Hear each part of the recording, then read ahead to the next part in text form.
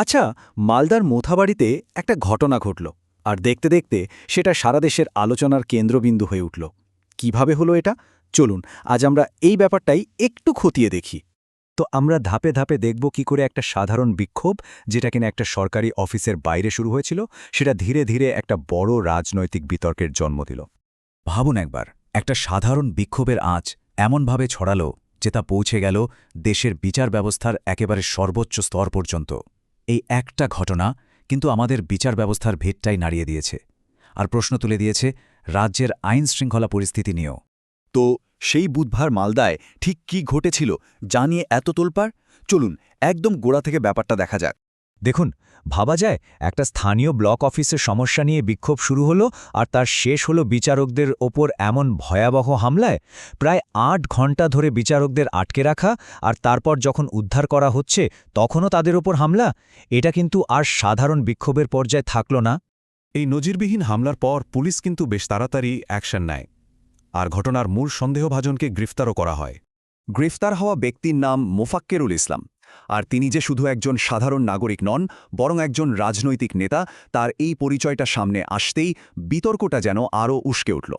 মোফাক্কেরুল ইসলামের এই রাজনৈতিক ব্যাকগ্রাউন্ড কিন্তু পুরো বিষয়টাকে আরও জটিল করে দিয়েছে। তিনি কি সত্যি বিক্ষোভের নেতৃত্ব দিচ্ছিলেন, নাকি এর পেছনে অন্য কোনো গল্প আছে? বিভিন্ন মহল থেকে কিন্তু তার ভূমিকা নিয়ে নানা প্রশ্ন উঠতে শুরু করেছে। বিচারকদের উপর এমন হামলা, বুঝতেই পারছেন এই ঘটনাটা আর স্থানীয় স্তরে আটকে থাকার কথা নয়। এর ঢেউ গিয়ে পৌঁছালো দেশের সর্বোচ্চ আদালতে। দেশের সর্বোচ্চ আদালত মানে সুপ্রিম কোর্ট যখন এই ঘটনায় সরাসরি হস্তক্ষেপ করল, তখন এটার সাধারণ মামলা থাকল না, হয়ে গেল একটা জাতীয় গুরুত্বের বিষয়। সত্যি বলতে, একটা স্থানীয় ঘটনায় সুপ্রিম কোর্টের এমন সরাসরি হস্তক্ষেপ কিন্তু খুব একটা দেখা যায় না। আদালত একদম পরিষ্কার নির্দেশ দিয়েছে, তদন্ত করবে একটা কেন্দ্রীয় সংস্থা। মানে রাজ্য পুলিশের হাত থেকে তদন্তভার নিয়ে নেওয়া হলো, আর তদন্তে রাজ্য সরকারের কোনো ভূমিকা থাকবে না। আর সবথেকে বড় কথা, রিপোর্ট জমা পড়বে সরাসরি সুপ্রিম কোর্টে। বেশ, আদালতের নির্দেশের পর তদন্তভার তো গেল কেন্দ্রীয় সংস্থার হাতে, কিন্তু প্রশ্ন হল তদন্তটা এগোলো কিভাবে? চলুন এবার সেদিকেই একটু নজর দেয়া যাক। এই ঘটনার তদন্তভার দেওয়া হয়েছে NIA-কে, অর্থাৎ ন্যাশনাল ইনভেস্টিগেশন এজেন্সিকে। সাধারণত এরা কিন্তু সন্ত্রাসবাদী কার্যকলাপের মতো বড় বড় অপরাধের তদন্ত করে। তার মানে কর্তৃপক্ষ এই ঘটনাটাকে যে কতটা গুরুত্ব দিয়ে দেখছে সেটা এখান থেকেই স্পষ্ট। দেখুন, NIA কতটা পরিকল্পিতভাবে তাদের কাজ শুরু করেছে। FIR করার আগেই তারা ঘটনাস্থলে গিয়েছে, জায়গাটা সুরক্ষিত করেছে, আর প্রমাণ জোগাড় করতে শুরু করেছে। মানে তদন্তের একটা শক্ত ভিত্তি তৈরি করে নিতে চাইছে, যাতে কোনো তথ্যই এদিক ওদিক না হয়। তদন্তকারীদের মাথায় এখন একটাই বড় প্রশ্ন ঘুরছে, কেন ৭ জন বিচারক যখন একটা সরকারি অফিসে আটকা পড়ে আছেন, তখন তাদের উদ্ধার করতে প্রায় ৮ ঘণ্টা লেগে গেল? এই দেরিটার পেছনে কি শুধুই গাফিলতি, নাকি অন্য কোনো কারণ লুকিয়ে আছে?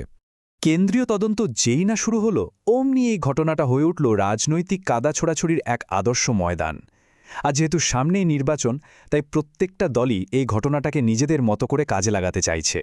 এখানে দেখুন, ২ প্রধান রাজনৈতিক দলের একে অপরের বিরুদ্ধে অভিযোগগুলো একদম স্পষ্ট। একদিকে তৃণমূল বলছে এটা বিজেপির সাজানো একটা ষড়যন্ত্র, আর অন্যদিকে বিজেপির পাল্টা অভিযোগ এটা রাজ্যে ভেঙে পড়া আইনশৃঙ্খলার এক জ্বলন্ত উদাহরণ। মানে দুপক্ষই একে অপরের দিকে আঙুল তুলছে। তৃণমূল কংগ্রেসের ভাষ্যটা হলো এটা একটা সাজানো নাটক। তাদের মূল প্রতিপক্ষ অর্থাৎ বিজেপি নির্বাচনের আগে রাজ্যে একটা অস্থির পরিস্থিতি তৈরি করার জন্যই এই ঘটনাটা ঘটিয়েছে। আর অন্যদিকে বিজেপি কি বলছে? তারা বলছে এই ঘটনাই তো প্রমাণ করে দিচ্ছে যে রাজ্যে আইন শৃঙ্খলার অবস্থা ঠিক কতটা খারাপ। তাদের যুক্তি, বিচারকরাই যদি নিরাপদ না হন, তাহলে সাধারণ মানুষের নিরাপত্তা কোথায়? তাই তারা একটা নিরপেক্ষ তদন্তের মাধ্যমে আসল সত্যিটা সামনে আনার দাবি জানাচ্ছে। তাহলে আসল সত্যিটা কি?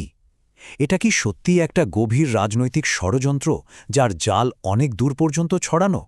নাকি নিছকই একটা সাধারণ বিক্ষোভ যা হাতের বাইরে চলে গিয়েছিল?